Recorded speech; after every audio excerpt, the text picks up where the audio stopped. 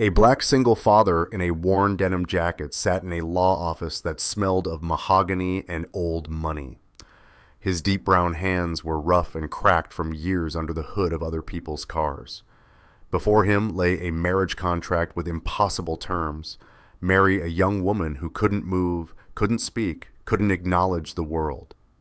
In exchange, enough money to save his son's life. He picked up the pen, hand trembling as he signed. He had no idea that signature would lead him somewhere no contract could predict. Malik Carter had been a mechanic for 15 years, building a quiet life with calloused hands and honest work. A black man in his mid-30s, he'd married young to Renee, a woman who laughed easily and loved fiercely. They had a son named Jalen, born with his mother's wide brown eyes and his father's stubborn jawline. For several years, life had been unremarkable in the best way. Then Renee collapsed while folding laundry, a brain hemorrhage, sudden and merciless. She was gone before the ambulance arrived. Malik became a single father overnight. He worked double shifts to keep their apartment. He learned to twist and sponge Jalen's tight curls from videos at 3 a.m. He became both parents, the one who checked for monsters and paid overdue bills. Jalen grew quieter after losing his mother, but never stopped trusting his father. 6 months ago, Jalen started getting tired too easily. A checkup revealed a congenital heart defect. Without surgery, Jalen wouldn't see his 10th birthday. With surgery, he had a real chance. But the procedure was expensive, experimental, not covered by insurance. Malik sold everything. He took out loans he'd never repay. It still wasn't enough. Then a lawyer found him. A man in an expensive suit appeared at the garage one evening. He represented the Harrington family, one of the wealthiest dynasties in the state. Their daughter had been in an accident. She was alive but unresponsive, paralyzed, requiring constant care. They needed someone to fulfill a specific role, a husband, at least on paper. The lawyer didn't explain why they'd chosen Malik.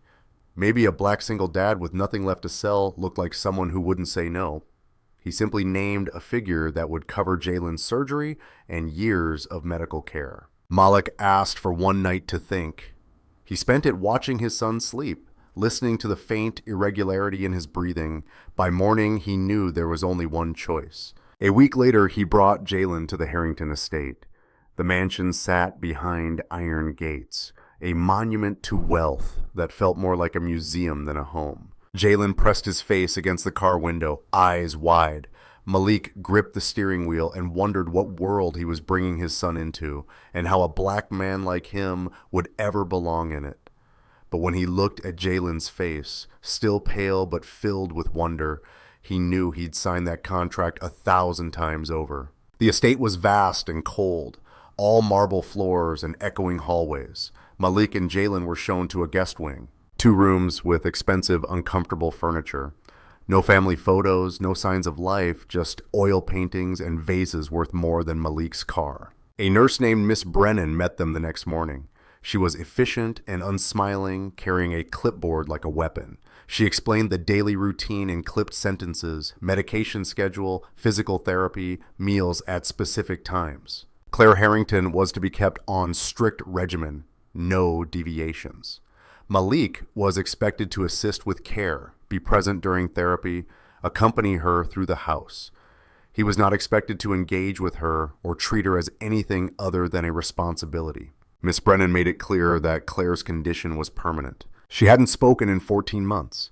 She showed no awareness. The family had accepted this reality, and Malik was advised to do the same. That afternoon, he met Claire. She was in a sunroom, seated in a motorized wheelchair near the windows.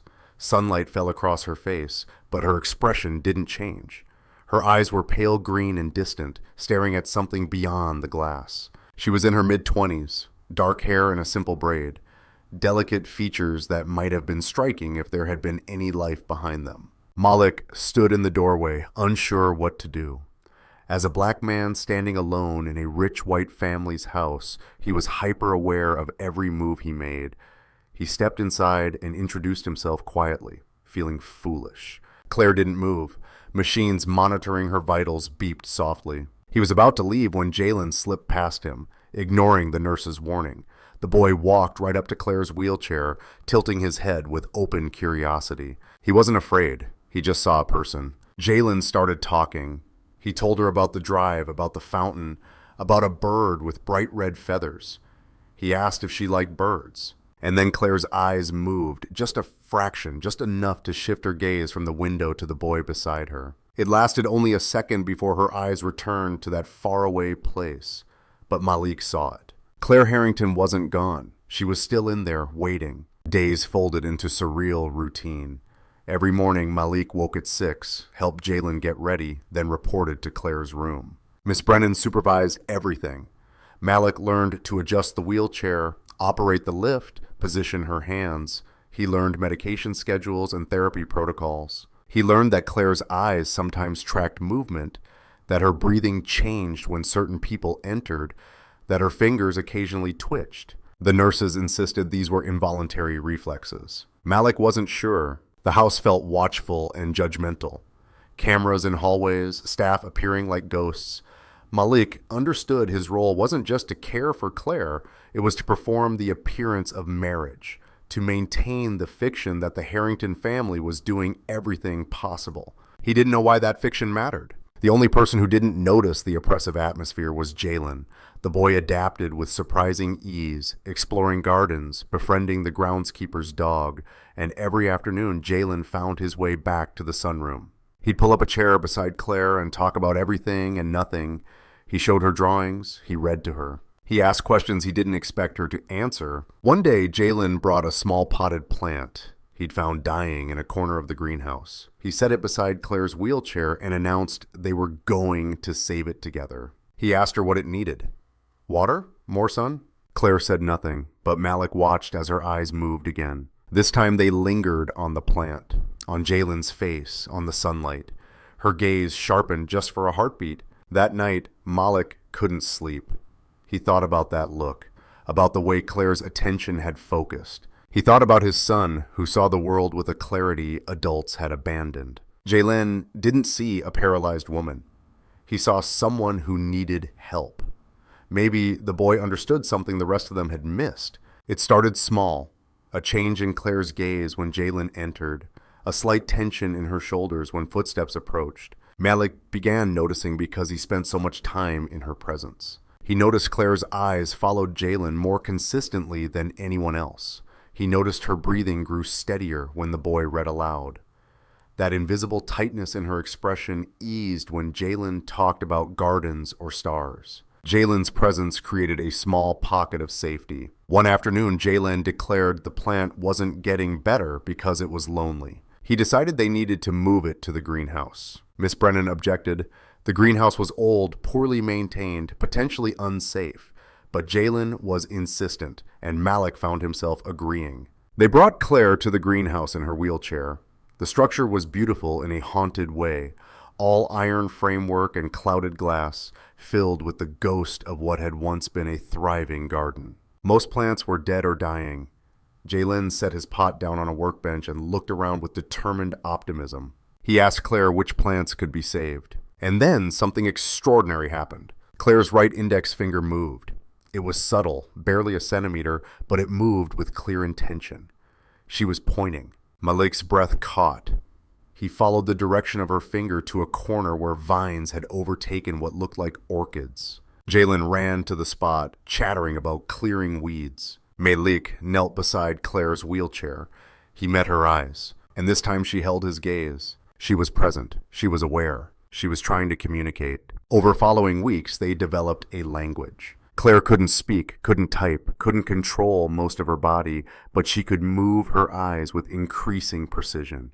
She could use that one finger to point. Malik downloaded a communication app on his tablet, one using eye-tracking technology. The first time Claire successfully formed a sentence, Malik nearly dropped the tablet. The words appeared slowly. "Thank you for seeing me." That night, after Jalen had gone to bed, Malik returned to the greenhouse with the tablet.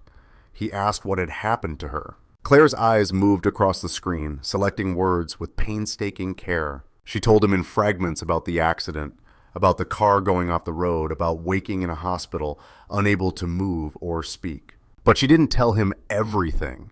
There were gaps, deliberate omissions Malik could sense but not identify. He didn't push. He simply sat with her as the sun set.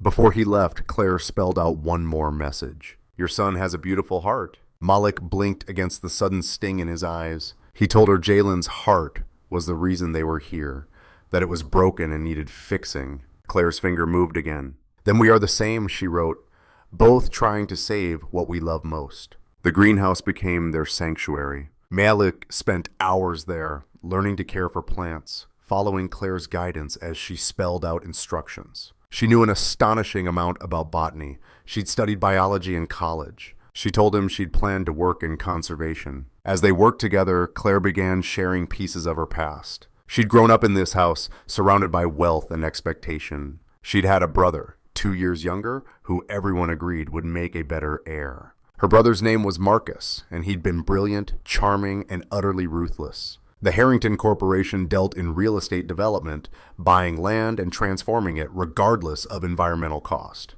Claire had opposed this, first quietly, then vocally. She'd fought with her father. She'd threatened to use her inheritance to fund conservation efforts that would contradict the family business. She'd become a problem that needed managing. Then came the accident. Claire's descriptions were sparse. She remembered arguing with Marcus. She remembered getting into a car. She remembered realizing they weren't driving toward her apartment, but away from the city, toward mountain roads. She remembered Marcus behind the wheel, his face hard and determined. And then impact, glass shattering, the world turning upside down. When she woke in the hospital 3 days later, Marcus was there. He sat beside her bed and explained how the official story would go. She'd been driving. She'd lost control. If she ever contradicted that story, if she ever suggested it had been anything other than a tragic accident, the consequences would extend far beyond her. Business partners depended on the Harrington name. Employees' livelihoods hung in the balance. If she accused Marcus, if she tore the family apart with scandal, hundreds of people would suffer. So Claire had made a choice. She'd stayed silent. She'd let them believe she was too damaged to remember. She'd buried herself in that silence and waited for it to become real. But then Jalen had walked into her room, unafraid and full of questions. And then Malik had signed a contract that became the first genuine thing in her world in over a year. One evening, as they sat together in the greenhouse while Jalen played with a stray cat, Claire spelled out a question. "Do you wish you'd never signed the contract?" He considered carefully. He thought about the weight of this place, the surveillance, the rigid protocols, about how often he felt like an intruder in a world that wasn't built for men like him. But then he looked at Jalen, laughing as the cat batted at string. He looked at Claire, her eyes bright with something that looked almost like hope. "No," he said quietly, "I don't wish that." Claire's response came slowly. "I'm glad, because you and Jalen are teaching me what it means to want to be alive again." The text appeared on Claire's tablet late one night. "He's coming back." Malik had been in the greenhouse unable to sleep when the notification chimed. He found her in her room, awake and rigid with tension. He read the message, then the second. "Marcus, my father called him home. He knows about you and Jalen." Malik felt something cold settle in his stomach. Marcus Harrington arrived 3 days later, driving up in a black sports car. He was handsome, tall, and well-dressed, with a confidence that comes from never being told no. He found Malik in the greenhouse. Marcus introduced himself with a handshake that lasted too long, his grip too firm. He looked around with obvious distaste. His smile didn't reach his eyes. He asked how his sister was doing. He asked if Malik was finding the arrangement satisfactory. He asked about Jalen, mentioning the boy's heart condition with casual knowledge that felt like a threat. Then he said very calmly that he hoped Malik understood the temporary nature of this situation. Once Claire's condition stabilized, other arrangements would be made. The contract could be terminated early. The family was prepared to be generous. Malik met Marcus's gaze and felt every instinct screaming that this man was dangerous. He said he'd signed a contract and intended to honor it. He said Claire seemed more responsive now, and that meant the current arrangement was working. Marcus's smile tightened. He mentioned how unfortunate it would be if Jalen's medical care became complicated, if insurance claims were delayed, how tragic if the boy's condition worsened due to circumstances beyond anyone's control. The implication was crystal clear. Malik had never been violent, but in that moment he understood how rage could override reason. He took a step forward, placing himself between Marcus and the door. He said very quietly that if Marcus came near his son, there would be consequences no lawyer could negotiate away. Something flickered in Marcus's expression. Surprise, perhaps. Then the pleasant mask returned. Marcus left without another word. That night, Jallens had nightmares. He woke crying, saying he dreamed about a man with cold eyes who wanted to take their family away. Malik held his son and promised no one was going to separate them. The next morning, he found Claire in the greenhouse earlier than usual. She'd already typed out a message. "I won't let him hurt Jallens, I promise you that." Malik knelt beside her wheelchair. He asked how she planned to stop him when she couldn't even leave this chair without help. Claire's eyes moved to the screen. "By stopping him, the only way I know how. By telling the truth, by destroying everything he's built his life on, even if it destroys me too." Malik looked up at her. He saw determination and fear and something else. He saw someone who'd decided survival wasn't enough anymore. Someone who'd found a reason to fight. "What do you need from me?" he asked. The answer appeared letter by letter. "Just don't leave. No matter what happens, stay." So, he stayed. Marcus's presence in the house changed everything. The staff grew tense. Miss Brennan hovered more closely. The cameras seemed to multiply. Malik felt watched every moment, and as a black man in a powerful white family's home, that feeling cut deeper than he wanted to admit. But Marcus made a mistake. He underestimated Jallens. The boy was 9 years old, still recovering, easy to overlook. Marcus assumed Jallens was just a prop, too young to matter. He didn't realize Jallens had spent months learning to read the silent language between his father and Claire. It happened on a Tuesday afternoon. Marcus came to the greenhouse, insisting Claire needed to return to her room for an unscheduled examination. He dismissed Malik. Malik hesitated, caught between the urge to protect Claire and the knowledge that defying Marcus could endanger everything. But Jallens had been there, supposedly playing in the corner. As Marcus reached for Claire's wheelchair, Jallens stepped between them. The boy looked up at Marcus with an expression far too serious for his age. "She doesn't want to go with you," Jallens said simply. Marcus laughed. He said children shouldn't involve themselves in adult matters. He tried to move around Jallens. The boy didn't budge. "You heard her," Jallens said, his voice unwavering. "You heard her before, and you want to hurt her again. But my dad won't let you, and neither will I." The greenhouse went silent. Marcus's expression transformed into something ugly and dangerous. But Malik was moving.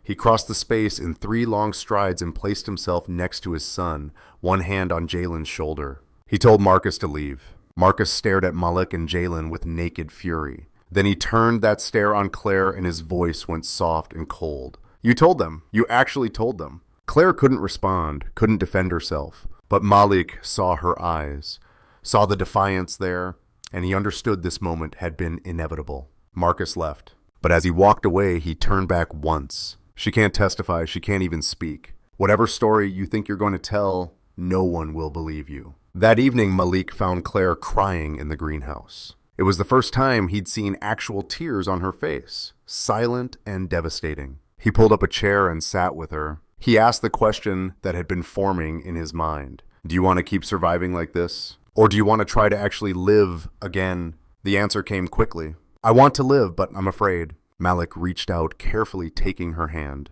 It was the first time he'd touched her except out of necessity. Her fingers were cool and limp, unable to return the pressure. He held on anyway. "Then we'll be afraid together," he said, "and we'll figure it out together, all 3 of us." That night, after Jallens had gone to sleep, Malik sat with Claire and they planned. They talked about lawyers, about evidence, about the cost of speaking out, and they talked about what Jallens had said that afternoon, the way he'd stood his ground despite being small and scared and sick. Claire spelled out a message Malik would remember forever. "Your son is braver than I've been in years. He makes me want to be brave too."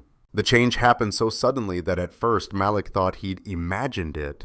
They were in the greenhouse late at night the week before Jallens' surgery. Jallens was supposed to be in bed, but he'd snuck out, unable to sleep. Malik found him sitting on the floor next to Claire's wheelchair, talking about the surgery. The boy's voice was small and frightened. "What if I don't wake up?" Jallens asked. "What if I go to sleep and can't find my way back? Will you be sad?" Malik started to move forward, but something made him stop. Claire was looking at Jallens with an intensity that seemed to bend the air. And then, for the first time in 14 months, Claire Harrington spoke. I would be devastated. The words were rough and barely audible. Her voice scraped raw from disuse, but they were clear. They were real. Jallens' eyes went wide. Malik felt his knees go weak. Claire's entire body was trembling, tears streaming down her face. She drew in a shaking breath and spoke again. You have to wake up. You have to come back because I need you to teach me how to be brave. Malik was moving then, dropping to his knees beside the wheelchair. He was saying Claire's name over and over, and he didn't realize he was crying until Jalen wrapped small arms around both of them. They stayed like that for a long time, tangled together in the greenhouse while night pressed against the glass. And slowly, with tremendous effort, Claire's right hand began to move. Not just the finger, the whole hand. She lifted it perhaps an inch from the armrest, trembling violently, and managed to brush her fingertips against Jalen's hair, dark coils soft under her shaking touch. The neurologist arrived within an hour. The doctor examined Claire with increasing amazement, running tests, asking questions. The diagnosis came with cautious language, but the essence was clear. Extreme emotional stimulus had triggered a neurological response, shocking dormant pathways back into partial function. It was rare, sometimes temporary, but real. Claire had regained some voluntary muscle control. With intensive therapy, she might recover more. She might even walk again. But recovery would be gradual, difficult, far from guaranteed. There would be setbacks, there would be pain. It would require more determination and courage than most people possessed. Claire, who had just spoken for the first time in over a year, spelled out a response before she tried to vocalize it. Then she spoke, the words halting but clear. I know what courage looks like.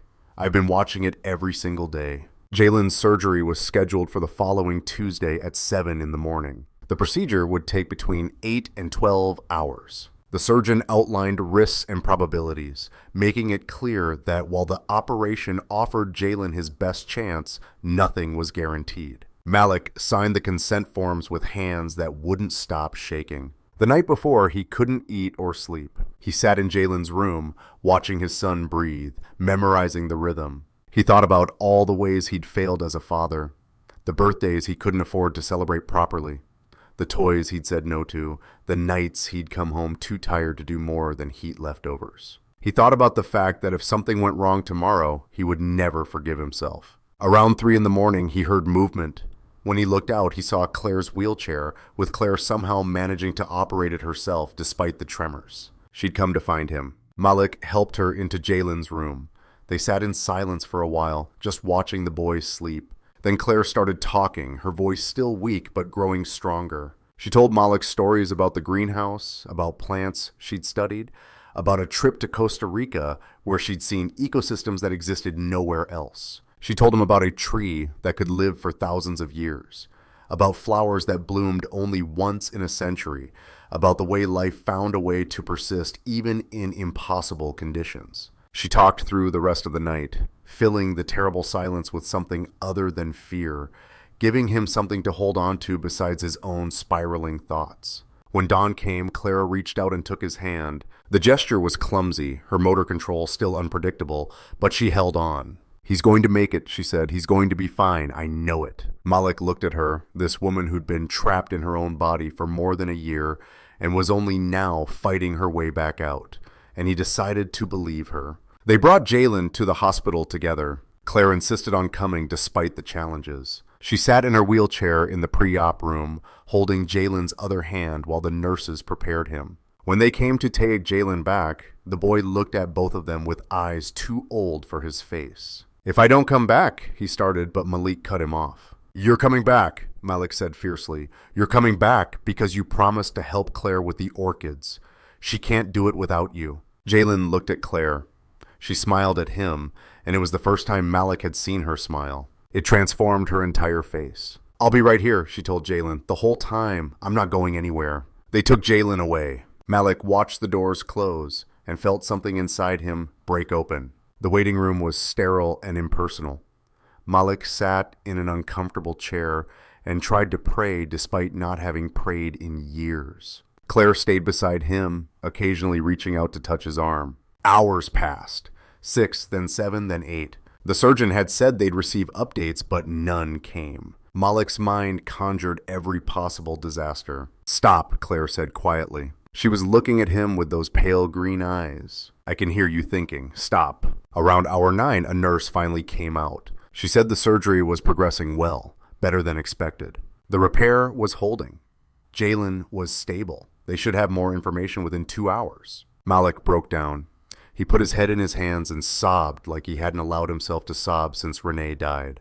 Claire maneuvered her wheelchair closer, awkward and determined, and leaned forward until she could rest her forehead against his shoulder. I told you, she whispered. I told you he'd be okay. When the surgeon finally emerged, still in scrubs but smiling, Malik felt the entire world shift back into place. The procedure had been successful.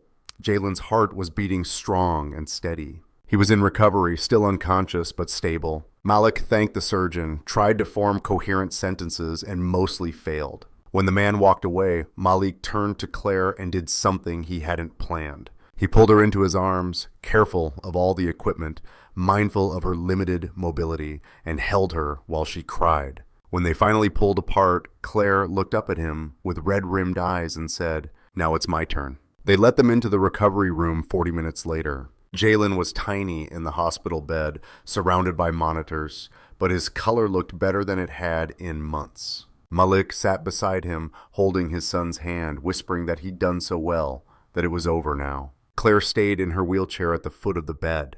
When Jalen's eyes finally fluttered open hours later, groggy and confused, the first thing he did was look around until he found them both. "You stayed," he mumbled. Claire smiled. "I promised, didn't I?" Jalen smiled back, then drifted back to sleep. The nurse said he'd be in and out of consciousness for the next several hours, that it was normal.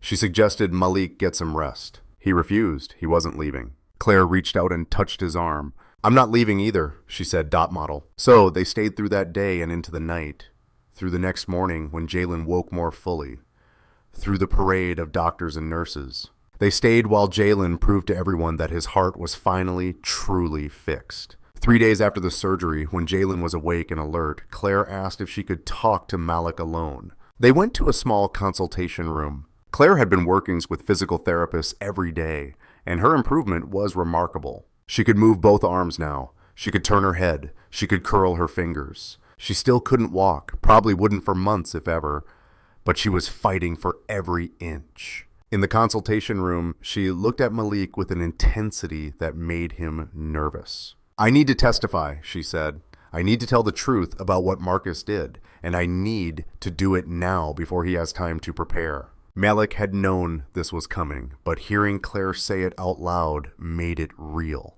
"Your family will disown you," he said. "They'll fight back. They'll make it ugly." Claire nodded. "I know. I'll lose my inheritance. I'll probably lose the Harrington name entirely.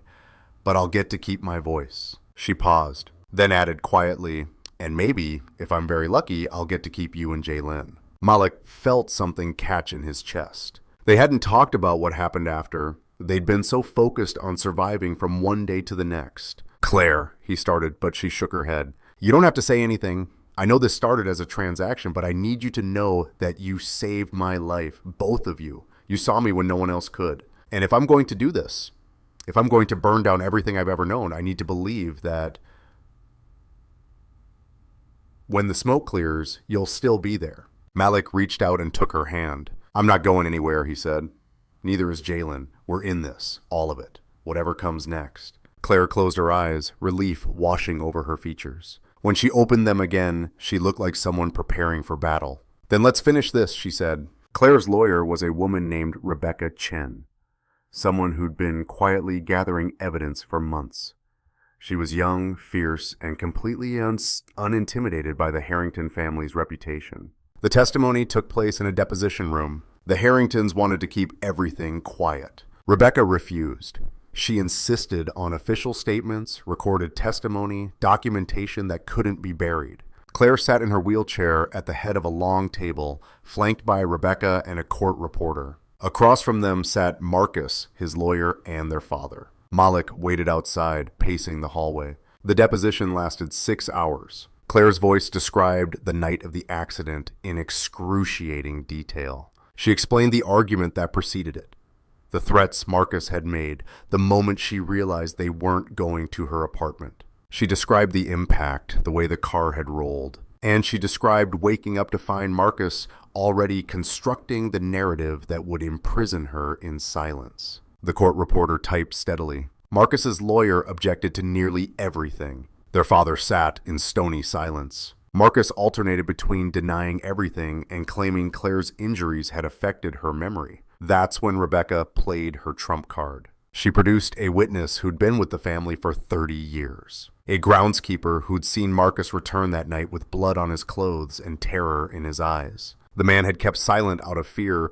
but Claire's courage had inspired him to come forward. He corroborated key details. He provided a timeline that matched Claire's account. He destroyed Marcus's alibi. The deposition ended with Marcus and his lawyer demanding a recess. The Harrington patriarch finally spoke. He said that if Claire pursued this further, she would no longer be considered part of the family. She would receive nothing. Claire met her father's eyes and said simply, "Good." The aftermath was brutal. Within 48 hours, the Harringtons had mobilized their legal team, their PR consultants, their network of allies. Stories began circulating that Claire was mentally unstable, that she was being manipulated by a con artist who'd married her for money. The tabloids had a field day. Malik's face ended up on gossip websites.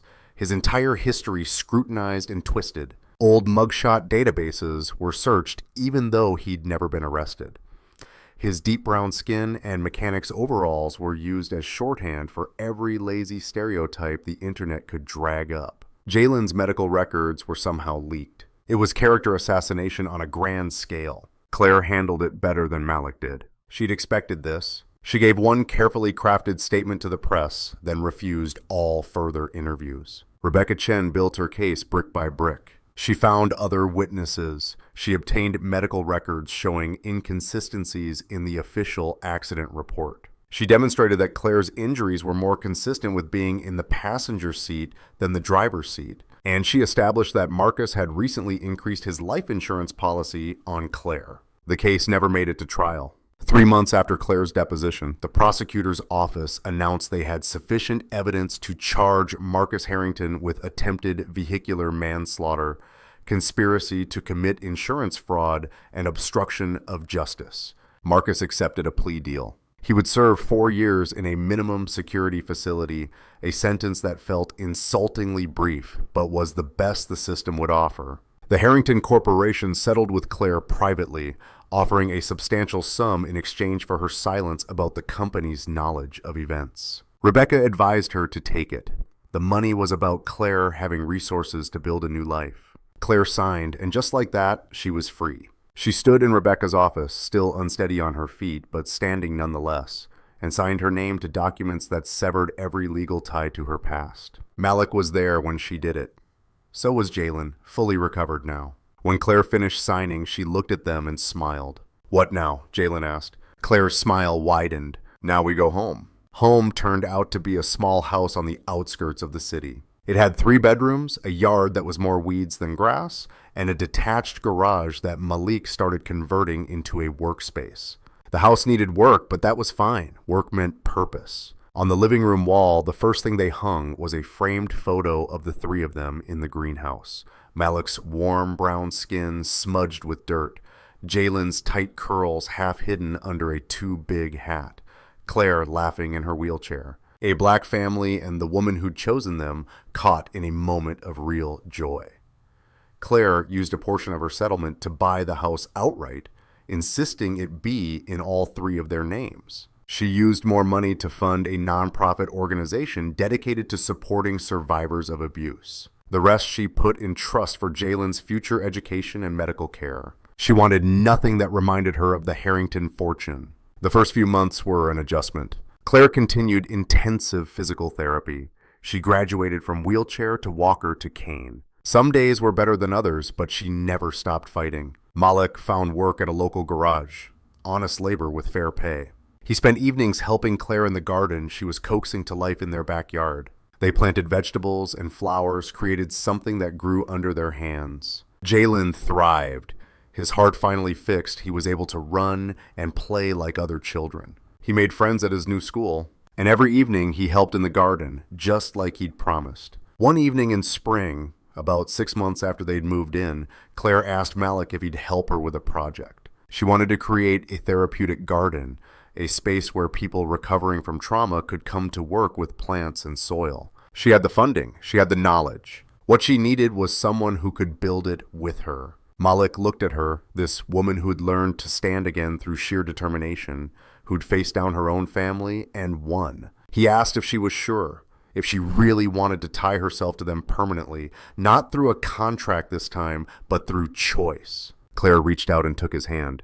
Her grip was strong now, steady and sure. Malik, she said, I've never been more certain of anything in my life. So, they started planning. They found a piece of land, they sketched designs and made lists. They created something together that would outlast all of them. A place where broken things could learn to grow again. And somewhere in the process of building that garden, they built something else. A family. Not one constructed by contracts or desperation, but one chosen deliberately. One evening, as they sat on the back porch watching Jallens chase fireflies, Claire turned to Malik. I was thinking, she said, that maybe we should make it official. Malik raised an eyebrow. Make what official? Us.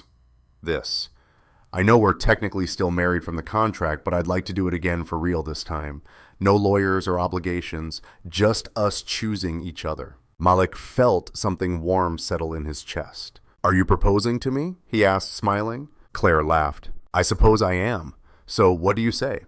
Will you marry me, Malik Carter, for real this time? Malik pulled her close, careful as always of her healing body. He kissed her forehead, then her cheek, then finally her lips. Yes, he said. 1,000 times, yes. They married on a summer evening in the garden they'd built together. It was nothing like the sterile civil ceremony that had bound them the first time. This wedding was small and simple. Jallens stood as best man, solemn and proud. Rebecca Chen was there, along with friends from their new neighborhood. Miss Brennan came too, having left the Harrington estate and started working at Claire's therapeutic garden project. She cried through the entire ceremony. Wildflowers grew in deliberate chaos.